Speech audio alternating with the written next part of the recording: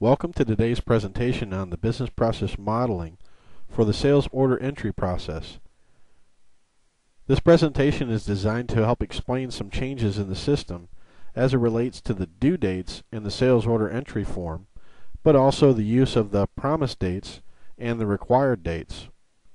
What we have here is the process model explaining some of the steps that we'll go through as we change the way we use the system. The event sales order entry leads us to a sub-process called complete the order entry. Please note, entering only the required date is the future state of the way we'll handle sales order entries. You can see there's a plus sign explaining that there's a sub-process explaining some of the steps that you go through in a sales order entry process. For convenience, I have a tab set up with the sub-process. The steps described in this process are based on some choices we'll make together on how promise dates are entered to the system now that we're letting the due dates be developed by the system automatically. Very briefly, promise dates are essentially the promise or the agreement we make with the customer. Due dates are system generated in the new design. If we follow the process flow for promise dates, what you'll find is a series of gates. Gates are traditionally colored blue, so they're easily identified, but more importantly, gateways are always diamond-shaped. At the start of our process on the left-hand side of the frame, we have some data, information going into the gateway, including the customer required date, which is part of the sales order entry process, the order date, which is the date the sales order was created, the division lead time. Essentially, this is off of CP7010, describing the division's lead time given the standards that we have established. Taking these three elements of information, we enter the gateway and then determine two outcomes of the gateway. The first question we'll answer is, how does the due date compare to the lead time standard? If the due date, using the formula order due date minus required date, turns out to be less than the lead time standard, then there's another decision gateway called order negotiation. If the due date is greater than or equal to the lead time standard, the next step is to follow to the decision gateway that leads us to other steps in the process.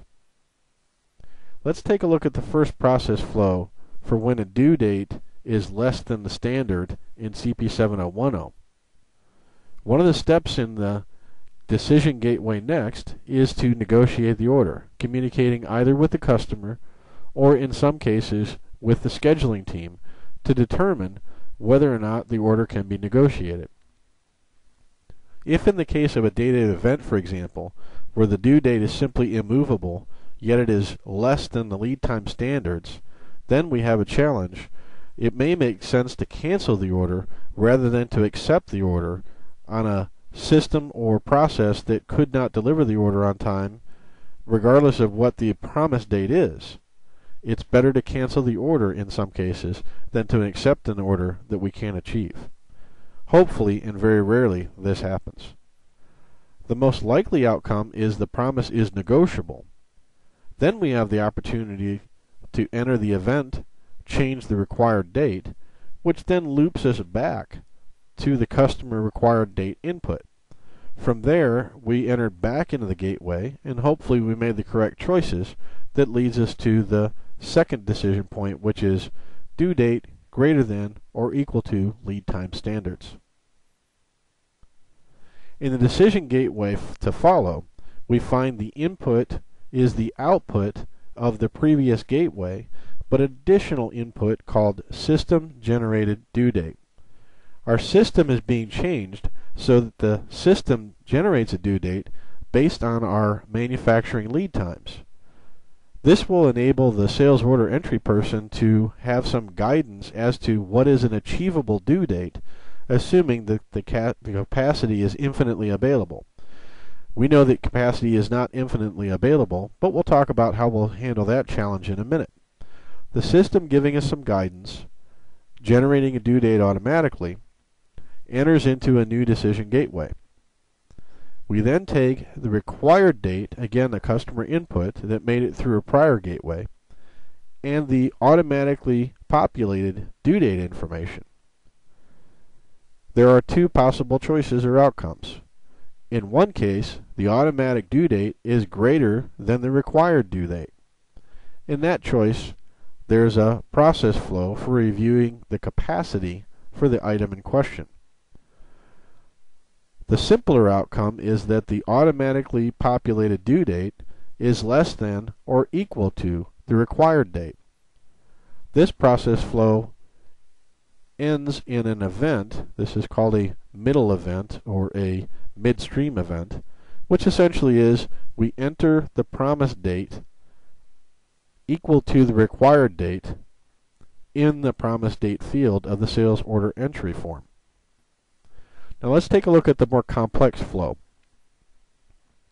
Essentially, what we're saying in the more complex flow is if the auto date is November 4th and it's greater than the required date of November 1, that's a bad thing, and we'll have to take a look at our capacity before we enter promise date.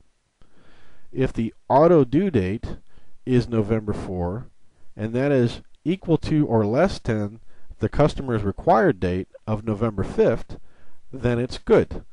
So essentially it's a decision gateway of bad or good based on the comparison of what the system says we can deliver and what the customer is requiring. So let's take a second look at that process flow. Again, this straight line path is, in our case, good or yes. The more complex flow has us analyzing our capacity.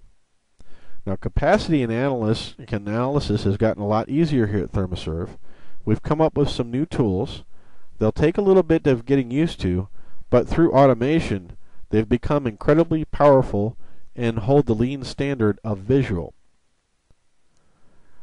The sub-process flow, denoted by the positive sign, leads us to a new tab, which describes the simple process of evaluating the capacity before an order promise date is made. The short version is that we use the custom report in MFG Pro 1.23.74. We set some specific parameters. They're very simple. We leave the order wide open, which is to say we don't enter any sales order information or any dates information. A few minor adjustments to the fields so that they fall into the spreadsheet correctly. And then we use an output called 32PRN, which is a special kind of printer output that allows the data to go directly to an Excel spreadsheet. Once we've run the 123.74 report, we've achieved an Excel spreadsheet. It's very simple to take the information and create a graphical output, which is the end of the process flow. Let's take a quick look at the process in action. We've got an Excel spreadsheet, and this is a very simple spreadsheet. We've built some automation into the spreadsheet, and we've created a little button at the top of the spreadsheet that enables the automation. So in this particular spreadsheet, we have a test data. Essentially, this is the output of 123.74. Of course, it depends on the time of the day and the day of the week what the information looks like, depending on as orders close. We're a very dynamic organization. The simple choice here is to simply highlight every cell in the spreadsheet, copy it, go to the workbook, click on the Excel spreadsheet cell that clearly defines paste data here, and paste the data. So this gives us the most recent snapshot of open orders ready for analysis.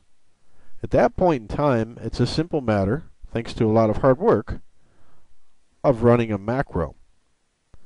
This macro is designed to size up all the orders in a way that creates a graphical output. The picture you see here is very simple once you get used to looking at the data. Before we get too wound up about the data, there is an important feature that we've got to take a moment and understand. In the sub-process flow, we find that we've 123.7 forward the data and run the macro, but we really don't want to look at every order in the